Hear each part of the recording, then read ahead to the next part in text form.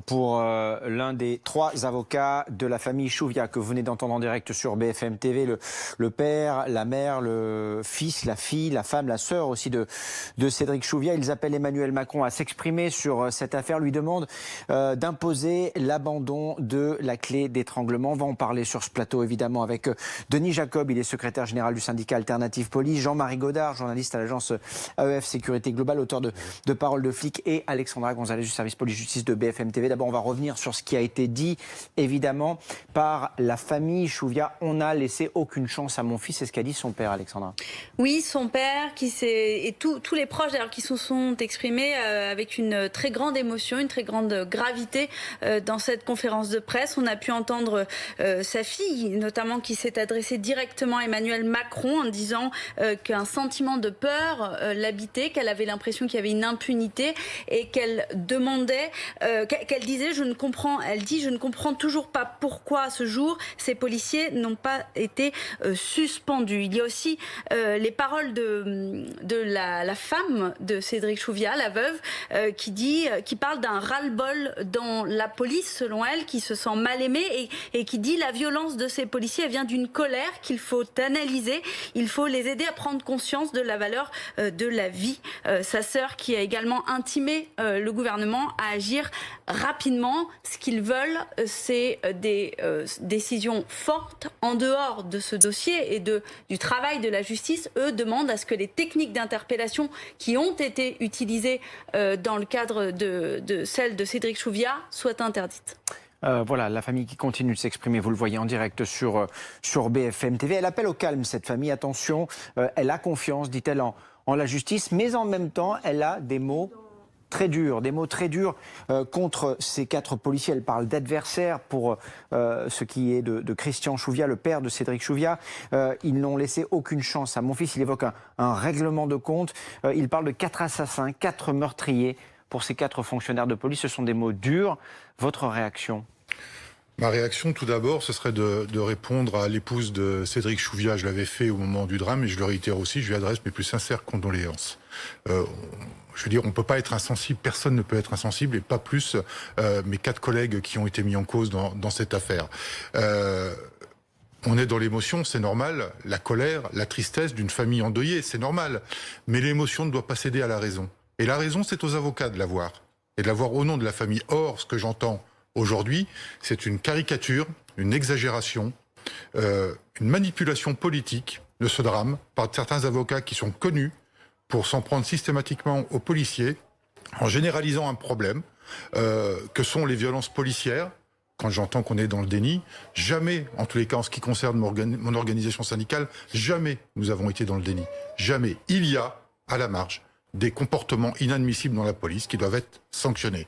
Mais de là à dire que ce serait de manière systématique, qu'il y aurait des violences policières quotidiennes, que la volonté tous les matins de mes collègues serait d'aller travailler en se disant tiens, je vais tuer quelqu'un, on peut pas entendre ça de la part d'avocats. Franchement, autant je peux entendre les mots de colère de la famille parce qu'ils ont perdu un être cher et c'est tout à fait normal, autant les avocats devraient avoir une position beaucoup plus objective et impartiale, même s'ils sont là pour défendre les intérêts de la famille Chouviat, bien évidemment. Mais il y a des choses que je peux pas entendre. Quand on entend certains avocats dire qu'il y a eu un acte délibéré de tuer M. Chouviat, non. Qu'il y ait une technique mal employée, qu'il y ait eu une interpellation particulièrement musclée, parce que M. Chouviat n'était pas calme non plus, malheureusement, et que dans cette altercation qui s'est produite avec mes collègues, il y ait eu des utilisations de gestes inappropriés, peut-être, mais une fois de plus, ce n'est ni aux uns ni aux autres d'aller en analyse et en conjecture, et c'est à la justice de dire si... excusez-moi, mais là on dit que M. Chouviat a crié 7 fois « j'étouffe ». On ne va pas remettre ça en cause, il y a une vidéo, voilà. Mais est-ce que les collègues ont pu l'entendre? C'est pas à moi, c'est pas à qui que ce soit de dire ils l'ont entendu. C'est à la justice de déterminer quand ils vont entendre la bande audio, est-ce qu'elle était suffisamment audible pour que mes collègues l'entendent. Mais il y a des faits aussi, l'autopsie montre une fracture du larynx. Bien sûr. Ça, par exemple, cette fracture du larynx, il faudra l'expliquer, déterminer comment ça a pu se produire, dans quelles conditions. Mais là-dessus, moi, je suis très clair. La justice doit faire toute la lumière sur cette affaire, comme sur d'autres qui peuvent mettre en cause des collègues. Et là-dessus, vous êtes d'accord avec la famille? Ce qu'elle demande aussi, parce que vous l'évoquez, c'est important, elle demande la fin de l'utilisation de cette technique, la clé d'étranglement.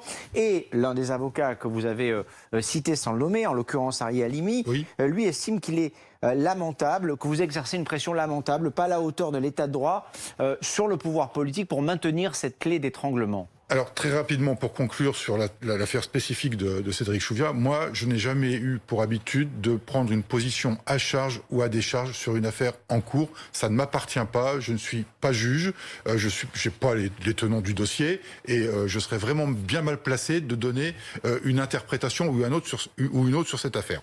Sur la clé d'étranglement, je rappelle quand même que c'est une technique qui nous est enseignée en école de police. Comme d'autres techniques, c'est pas la seule. Et une petite parenthèse, le plaquage ventral n'existe pas dans la police nationale française. Il faut le dire très clairement. L'utilisation du plaquage au sol est une technique utilisée, mais la façon de le faire ne consiste pas à plaquer au niveau du torse, que les choses soient claires. Si c'est ce qui se passe, c'est que la méthode est mal utilisée. Et là se pose effectivement, et je rejoins Madame Chouviat parce que ça c'est un vrai problème, la question de la formation continue dans la police nationale, qui est un vrai sujet et que nous on porte depuis des années. C'est-à-dire que dire qu'on est dans le déni, qu'on ne veut rien changer, c'est faux. Ça fait des années qu'on alerte le ministère de l'Intérieur qu'il faut réformer l'institution, la réformer dans sa formation, la réformer peut-être dans ses pratiques, mais n'oublions pas que ces pratiques permettent aux policiers de travailler en toute sécurité. Si on enlève les pratiques, ils n'ont plus de moyens d'assurer leur propre sécurité. Donc nous, on ne dit pas qu'il ne faut pas interdire la clé d'étranglement si on établit très clairement que oui, c'est une technique dangereuse, si même dans la grande majorité de son utilisation, ça se passe bien. Mais il nous faut donner d'autres outils, d'autres moyens pour pouvoir continuer à faire notre travail aussi pour notre propre sécurité. Et je rappelle que la clé d'étranglement, son objectif, c'est quand même de maîtriser une personne le plus rapidement possible dans le cadre d'une interpellation particulièrement compliquée et musclée. Jean-Marie Godard, deux choses. La première liée à la clé d'étranglement. Est-ce qu'aujourd'hui, les policiers peuvent travailler sans en France? Ils peuvent travailler sans la clé d'étranglement? Oui. Alors, tous ceux que moi j'ai rencontrés me disent c'est difficile, c'est compliqué. Ou alors on prend la personne par le front, par les épaules, ou la ceinturée. Maintenant, il y a aussi des policiers qui disent que si la clé d'étranglement, si elle est mal faite ou mal enseignée ou mal utilisée par quelqu'un qui va perdre son sang-froid, qui va être énervé, ça peut être effectivement dangereux. Mais ça, c'est des policiers qui le disent. Et là où aujourd'hui le politique est quand même conscient, enfin, où ils sont en train de travailler sur la chose, c'est que Christophe Castaner, donc... En fait, il y a eu une directive au ministère disant on maintient cette technique le temps qu'on trouve autre chose, mais attention à ne plus prendre appui sur le cou ou sur la nuque. Mais alors, ça, ce sont des mots, on peut l'entendre évidemment, et c'est le ministre de l'Intérieur, il se doit de réagir, mais la réalité, ce que disent en tout cas les policiers sur le terrain, c'est que finalement, lors de situations de maîtrise d'un individu, c'est pas toujours facile d'utiliser la bonne technique. Il faut avant tout maîtriser l'individu. Et... Ce qu'ils expliquent, c'est qu'il y a le rapport entre le poids et la puissance de la personne face à laquelle ils sont. Bon, déjà, moi, tous les policiers que j'ai rencontrés, tous les policiers que j'ai interrogés me disent tous, y compris quand on n'est pas en interview ou en enregistrement, personne ne devrait mourir lors d'une interpellation ou d'une intervention policière. Ça, c'est très clair. Après, quand on discute avec des policiers, ils expliquent aussi que leur travail, leurs interventions quotidiennes, c'est aussi des confrontations à des situations violentes, à des situations dangereuses, dont le public n'a pas forcément conscience, et que il peut malheureusement arriver que des policiers, alors il y a des policiers qui se comportent mal, il y a des policiers violents, ça très clairement. Il y a des policiers même qui m'ont dit, je connais un collègue qui va avoir des ennuis parce que il considère que sa carte de police c'est un passeport d'immunité. Ça c'est déjà arrivé. Mais après. Il y a un gros problème, et là il y a une vraie responsabilité, y compris politique, y compris d'organisation de la police, c'est qu'à partir du moment où vous prenez le risque qu'il y ait vraiment des choses graves qui se produisent, c'est quand vous mettez des gens épuisés sur le terrain, qui ont aussi derrière des heures de travail, un passif, ou qui sont pas forcément bien formés ou qui sont trop jeunes et qui vont accumuler 1, 2, 3, 4, 10, 15 situations tendues, violentes, les unes derrière les autres, sans forcément que la hiérarchie soit très présente sur le terrain. Et la 15e, ça va déraper parce que la personne qui va procéder à l'interpellation ou au contrôle va perdre son sang-froid. Denis Jacob, en quelques mots, s'il vous plaît, est-ce que vous avez le sentiment que cette affaire peut changer les choses dans la police, pour la police, ou que c'est un terrible fait divers?